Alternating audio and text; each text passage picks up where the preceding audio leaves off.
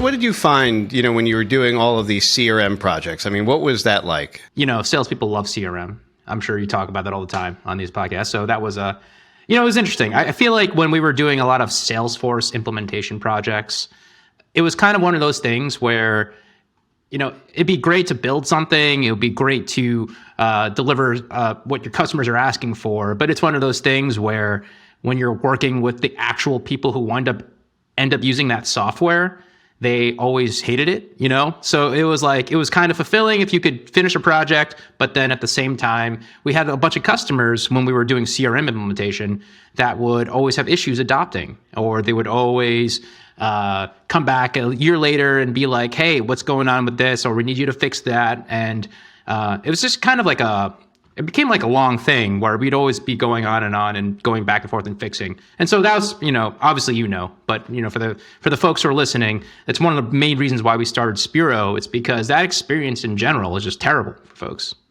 I know. I think that you worked on a large project for an insurance company, right? Yes. After we finished the project, I remember having a meeting with their sales team and talking with them about how much they loved CRM, and some guy threw something at me. That's how much they really liked it. It was terrible. So you had these experiences where... How many times have you told that joke on this podcast, by the way? I don't think I've ever told that joke on this podcast. All right. So, once you get to know Adam, I feel Adam's got 5 jokes that he likes to go through. So I'm shocked that you haven't already dropped that one. Well, it hasn't come up, but I'm glad that we had an opportunity to bring it into the conversation.